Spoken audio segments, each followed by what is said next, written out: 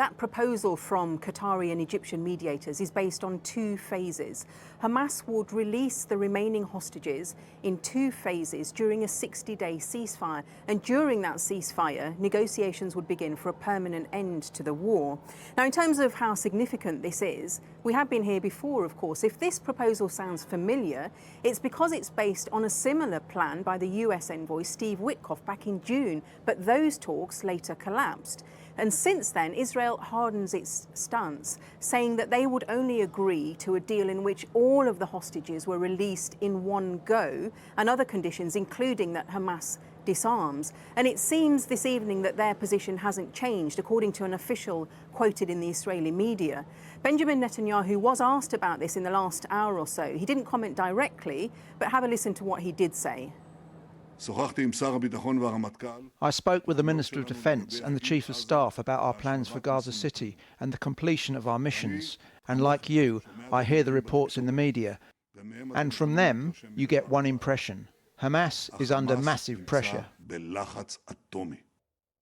Darshana, it looks as if plans to occupy the whole of Gaza City, which had not been occupied before, are now actually going ahead.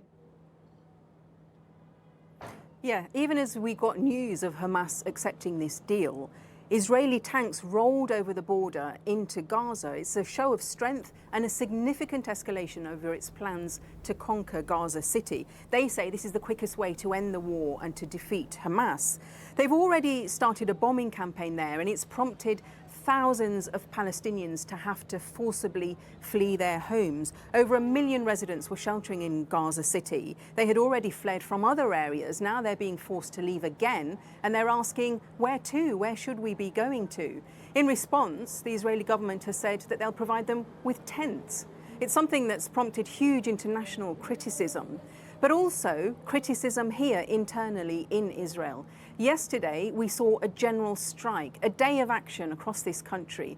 Incredible scenes. We saw hundreds of thousands of people taking to the streets to protest against the government's plans. They were calling for an immediate end to the war and for a deal that returns all of the hostages. So far, the government seems intent on ignoring them. In fact, Netanyahu prompted criticism by suggesting that those who had taken to the streets to protest had enabled Hamas.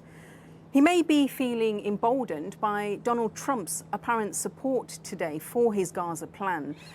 The US president wrote on social media, "We will only see the return of the remaining hostages when Hamas is confronted and destroyed. The sooner this takes place," he said, "the better the chances of success will be." Darshana in Tel Aviv, thank you very much indeed. Well, earlier I spoke to Oren Marmorstein, a spokesperson for Israel's Ministry of Foreign Affairs, and I asked what he made of news that Hamas had agreed to a ceasefire plan. So I'm not familiar with the details of this recent report that you've mentioned, but I can share with you and with the audience what we know so far. First, about Israel. We want to end this war. We are very clear about this. And we said yes. But you've just voted to extend it. No. We said yes to every proposal that was put on the table by the American mediator, Steve Witkoff. And we said yes time and again. But Hamas doesn't want a deal. Kept refusing and basically spreading a smokescreen, not coming to the table and not agreeing to release the hostages and to have a ceasefire. But they have just they've just agreed to release 10 living hostages in return for a 60-day ceasefire. This is what is on the wires. I'm not doubting it, and I don't think you'll be doubting it either. The question is whether you would accept it or not. I mean, I tell you who would love to see that deal accepted, and that is the tens of thousands of people on the streets of Tel Aviv demonstrating against your cabinet's latest decision to continue the war. So first, in terms of doubt, yes, I am doubting it. I think you should doubt it. I think the audience should doubt everything that comes out of Hamas, because those are terrorists. And you know what? Just to share with the audience, the recent statement, very clear, coming from the President of the United States, Trump, saying very clearly that the only way that the hostages will come back is when the Hamas is destroyed. This is not spokesperson of the Ministry of Foreign Affairs of Israel. This is the President of the United States saying Hamas is not willing to have an agreement and not willing to have a ceasefire. All right, what about the huge demonstrations on the streets of Tel Aviv against the war? What about the fact that two of your former prime ministers are dead set against continuing the war? What about the fact that the current head of the IDF, the man who's supposed to make this happen in Gaza, he doesn't like this plan either, as well as dozens of former security chiefs, intelligence chiefs, military chiefs. I mean, the entire military intelligence establishment, as far as we can tell, of Israel is against this idea. So why are you doing it? All those demonstrations, all those demonstrators want one thing. They want to see our hostages coming back home. All of us. You know what, Matt? Myself, as a spokesperson of the ministry, as an individual, I want to see the hostages coming back right now. The only problem is we are not negotiating with ourselves. But sorry to interrupt you. There were large numbers of hostages released after a deal was done, between you and Hamas via the Qataris and the Americans, quite some time ago now. We saw, hundreds of hostages, more than 100 hostages released. But there has to be a deal. There has to be a deal. And for a deal, you need two to tango. Right now, Israel has said yes to every proposal that was put on the table. Again, this is not me speaking. This is the United States of America. This is Steve Witkoff saying. This is the President of the United States saying Hamas is not willing to budge.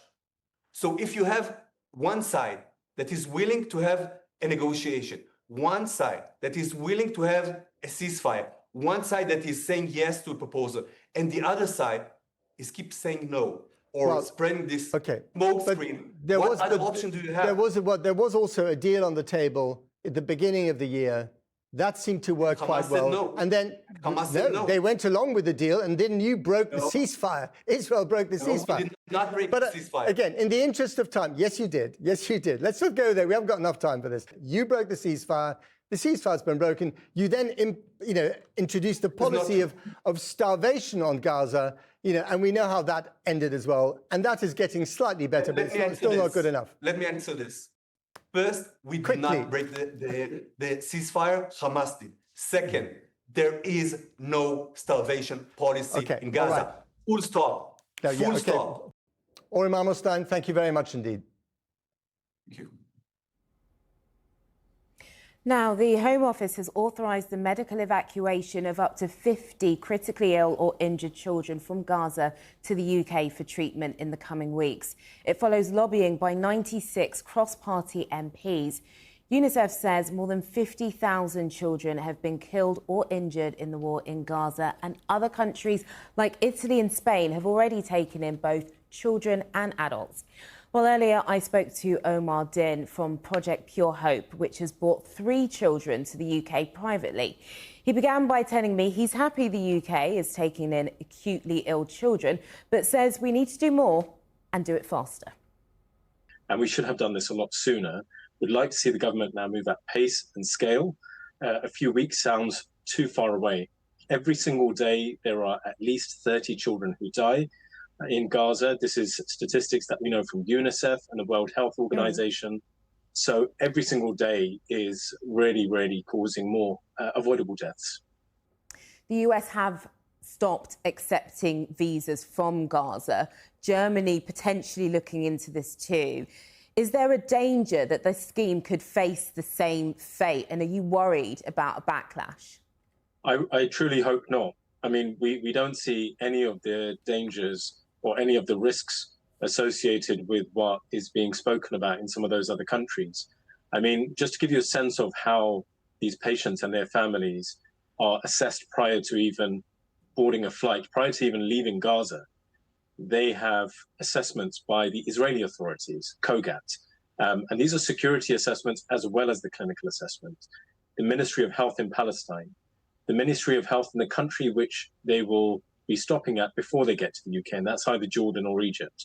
So you've got 5 or 6 either nations or very, very advanced agencies involved in these security assessments. So I really, really hope that we don't succumb to the fear that is being stoked in some of these other countries, and that we stand steadfast in the proud tradition that we have in the UK of delivering humanitarian assistance to the most needing in our society. Other commentary that you might have seen is some people saying, look, the NHS has got its own problems, they've got waiting lists, particularly with children. What do you say when you hear some of those concerns about more children coming in to our system? So to start with, we're only talking about a very small number, between 30 to 50 children, which is what we suggested to the government from the beginning. So we're pleased to see that they've taken that kind of range, and that's what they're working with. Secondly, as healthcare professionals, we're used to scaling up our services. So it's not as simple as another child comes into the system and a child who's on a list gets bumped off. It doesn't work that way. We expand our services. So we're not really blocking up the system at all. We did exactly the same thing for the Ukraine scheme, and actually the numbers were far larger. We've done the same in many refugee situations and crisis situations across the world.